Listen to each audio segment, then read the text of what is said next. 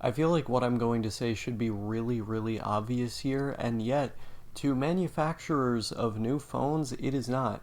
Every phone should have, I don't know if you can see it here, an aux port. Every phone should have an aux port. This is a one of the Samsung Galaxy S8s. It's like the S8 Plus or something, or Slim, or whatever those things were called.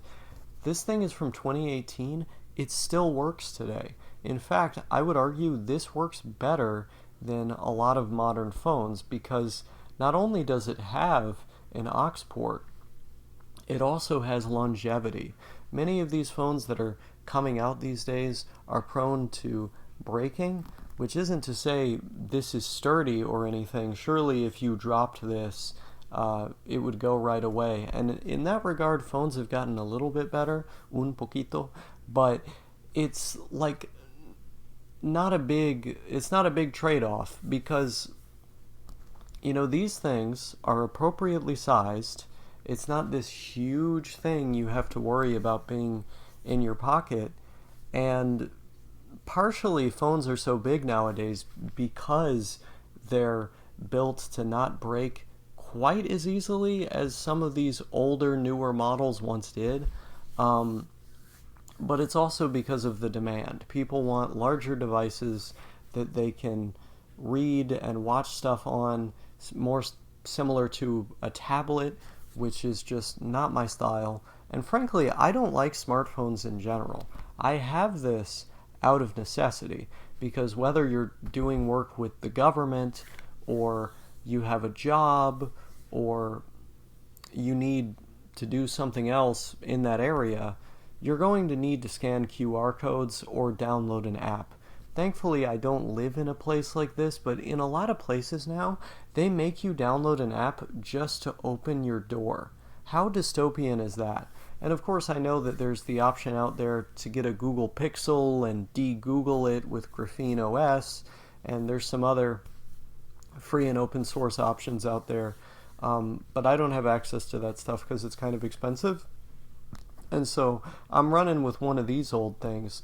But one of the other things I actually like about smartphone technology is you have access to hundreds of apps that deal specifically with language learning. And so, you could be using Anki on the go. You could be using something like LingoPie, where you're actually watching media in the native language and can look up words as you're going, etc. Link is obviously great. LingQ is how it's spelled. All of these apps, are very useful. And if you want to do something that's like going to exercise your brain a little bit, but not very much, it's just giving you little chunks of the language for fun. Obviously, you can use something like Duolingo on the go as well, but only as supplemental material. That's very important to remember. You don't want to do all of your learning on that app. But that's how I get my video game fix nowadays. Because obviously I don't play video games, but I have this thing. I have Duolingo on there, which works kind of like a game, and I can review material that I've learned in my textbooks or doing listening and reading or doing Anki. I can review some of that material using Duolingo, and it'll be a fun little game. And so when I take breaks from studying, I'll just do Duolingo on my break, and then that's my little reward for myself where I get to play a little game. And I do that on this phone. So there's lots of uses, both out of necessity, unfortunately, for a phone in the modern day, and there's also utilities. There's a utility to having this thing if you do something like language learning.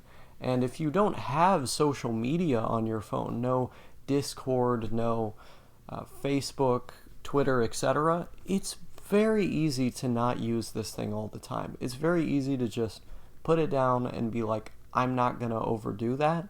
And if you do have a problem with overdoing it, even in spite of not having those apps, you can lock these things away in a time-based safe that you can't open without like a special key or access code or something. With that kind of shit, you just throw it away. Throw away the key, throw away the code. Throw that phone in there, and you can't have that phone for another 3, 4, 5 hours, whatever you got to do. And that's a way to kind of impose like a hard limit on yourself if you ever have issues overusing these sorts of things. Of course, what I realized was I didn't really have a problem overusing the phone as much as I had a problem overusing social media. And so when I left social media behind, I didn't find myself overusing the phone. So that's a really important thing to keep in mind. The other important thing is to have things that you like doing more than the stuff on the phone, and then just be like, okay, I'm going to do something that I like doing more, you know? And so it's possible to manage your life with these things, but part of managing one's life is choosing the right tool for the job. And I really feel that the modern phones just are not up to snuff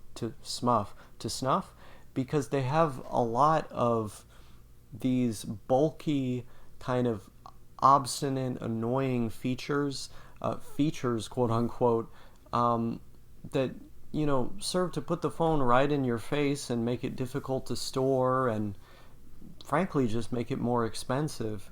When going for a smartphone, I like to go for old reliable. Or even older than this, you know, if it's an option, but this is a good middle ground between really old and, you know, not so old. And of course it has an aux port. So when I'm cooking or cleaning or doing whatever and I want to put music on in Spanish, or I want to put a Spanish podcast on or some other kind of comprehensible input, I can always just plug my headphones in, have that on, and do whatever I need to do around the house. It's very helpful. Of course, you can always download that material and put it on an MP3 player or a jailbroken iPod, or burn it to a disc and have it on your CD player. These are all things that I did when I used only the dumb phone, but of course there's a certain convenience that you have to having it all right at your fingertips. With that being said, I also think that, you know, there's an advantage to having a different device for each individual task. Like, I don't use GPS on this thing. You can easily just get a pocket GPS and it's going to do, you know, all the GPS in the world that this thing does. And in a way, I think that's good. Like, you have a camera to do stuff with a camera. You know, you have a iPod or maybe multiple iPods for different moods and vibes, like from the movie Baby Driver. That's getting a little wild. I don't know about that. You know, you have a computer to do stuff on the internet with, and then you have a pocket GPS in case you get lost, or just, you know, a compass and a map. You know, ideally you would have a compass and a map and a GPS with you wherever you go, just in case one of them fails, but I digress. You know, all of these things are things that you can have, and you can segment your life in this way. But there's an extent to which the world doesn't allow those things to work in every situation. Like, take, for example, public transportation. In certain countries, you can literally only access public transportation with one of these fucking things. That's all you can do, right? They're literally removing their ticket machines in a lot of countries. Now, thankfully, there are still a number of countries that have ticket machines, that have analog maps that you can look at. You can figure out the route yourself and buy the tickets, etc. But they're trying to do away with that stuff all over the world, ostensibly, you know, to help the environment, because paper, you know, takes up resources. The metal for the machines takes up resources, I guess. But once you put them up, they're just sitting there. Like, you know, I doubt you have to replace those things very often. So I'm not entirely sure what the argument is. And with paper, like, you can just print the tickets out on hemp. I'm not sure how politically popular that would be in certain places, but you can do that. You know, you don't have to chop down any trees. So people will make the argument that it's for environmental reasons. Maybe it saves the government a little bit of money, but like, we're looking at a government budget here. It's such a tiny, minuscule amount when you think about it. And then think about the freedom that you're taking away from people, to not have a tracking device in their pocket at all times, that's constantly listening to them, that's watching their every move, that is, connecting them to this large information grid that is collecting their data at all times. I mean, this, in my mind, is a serious civil liberties concern that people are just willing to live with, right? It only takes one government. It only takes one totalitarian regime getting installed and them getting access to all of this data, and then boom, we're living in 1984. I mean, we're almost there. People are voluntarily giving up so many of their rights, being willing to accept CCTV cameras everywhere and facial recognition and things like this under the auspice of public safety in countries that are already pretty safe, just because the internet has made them paranoid, right? The internet shows them individual events of bad things happening, which are newsworthy because them happening is so out of the ordinary, because it's so unlikely to happen. And then it sort of gives the people this sense that things are really dangerous, in spite of the fact that in a lot of these countries, crime has actually gone down. It's at a record low. People just have the perception that things are more dangerous than ever because they're more inundated than ever with propaganda to that effect. And so, of course, people end up being more and more willing to accept mass surveillance, to accept the police state further encroaching in on their lives and other people's civil liberties, and sort of the thought ends there, like, oh, surely they'll never come for my civil liberties if they, have come for these people's. And, they're willing to put every single aspect of their life, their location, all the people that they know, what they're doing with them, who they're doing it with, where they were right that second. They put all of this online. And for the state to be able to create a detailed map of that person's life, this is terrifying. It creates a significant threat to people's personal safety as well as to their civil liberties. And it all starts with this shit. Ironically, the thing that is making people so afraid, the internet, is what people should be so afraid of. Because with the advent of the internet, and particularly like Web3 social media, share your life stuff, you have these massive pools of data, which is all unencrypted, being collected in these central locations on the social media platforms. And there's even more data that's being collected, with these tracking devices that are in all of our pockets. And it only takes one bad actor in the government to collect all of that and to start weaponizing it against people. And yet, people are willing to give up more and more of their rights under the auspice of public safety, when in fact, the thing that is making them feel the need to give up those rights is the thing that they should be the most scared of. It is the smartphone, it is the internet in its modern state, and that's bad, right? At the very least, it's concerning. I wanted to make this video to talk about aux ports on telephones, but I'm quickly realizing that there are much greater things at stake than just that. And that larger conversation is one I think we need to be willing to have as a society, and we need to be more engaged with, right? Privacy is freedom. If you have privacy, if you are using free software, free as in freedom, right? That is not going to track you, then you can exercise more autonomy over your digital life. I'm recording this right now on a Libre-booted T400 running Trisquil. I know some people are going to tell me that I should be running Palabra or something like that, whatever. But I like Trisquil. But this is what I'm using, right? This is my daily driver. This is what I use every day for my computing. And I'm happy to do that, right? Part of the reason I'm happy is because I know the Intel management engine is not in there phoning home, sending all of my information to some shady government database at all times.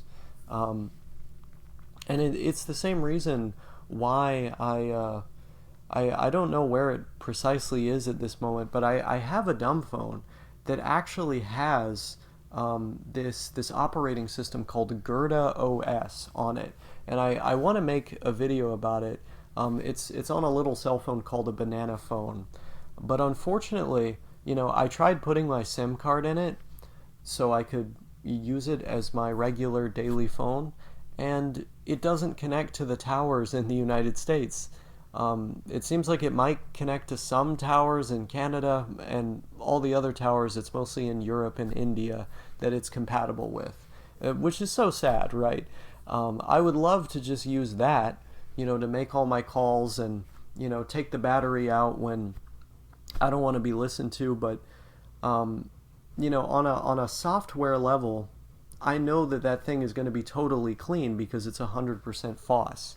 And a lot of the functions, the phone home functions of a telephone are just completely neutered by design on that operating system. But of course, I can't use that thing in the US.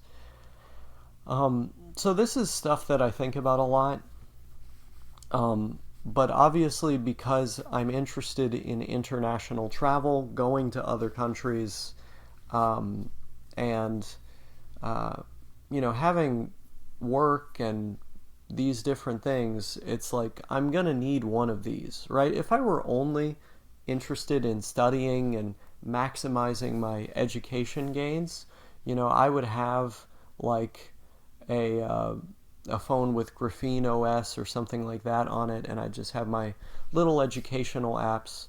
But obviously I have to do other things, so life sort of forces me to have this thing, unfortunately.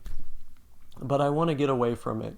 And I think, when I'm better off financially and I have my own place and, I have some sort of income that I can live off of, perhaps from doing like tutoring online and freelance translation and things like this, I could live in a world where I can actually segment, my technology more in the way that I was when I was just totally neat-pilled, like I have everything covered, I can do whatever I want because of disability and whatnot. I was able to use the dumb phone to have all of my music on CDs and these other devices, have the pocket GPS, have the compass and map, have the different computers for different things. I could have my life totally locked down privacy-wise, right? No Discord, no social media, no anything.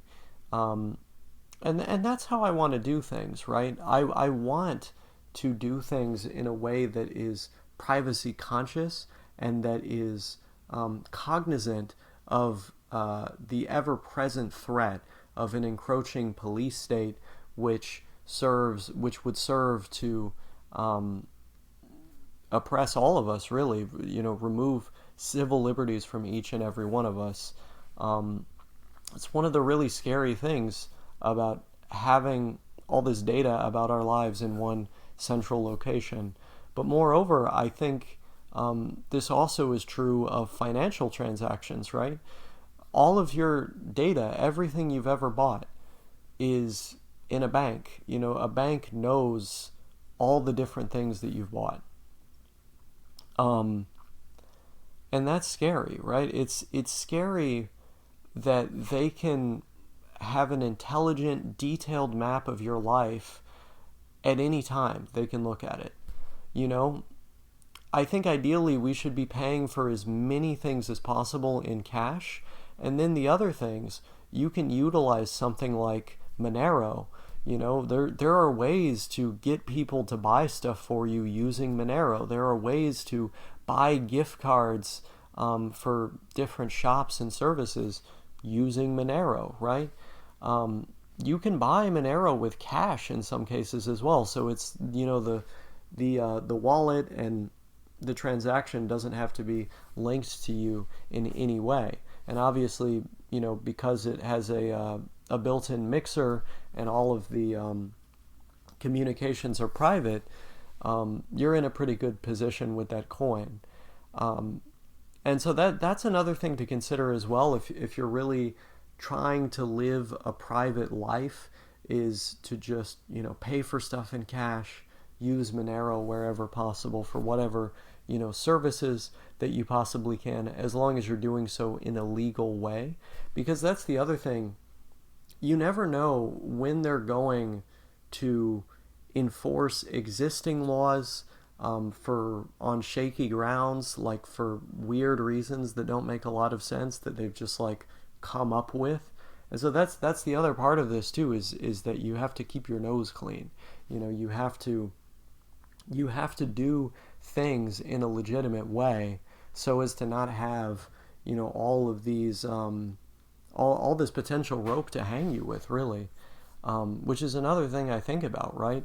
We're already seeing arbitrary and retroactive enforcement of laws, which is unconstitutional. They can't do that. They're just doing it anyway.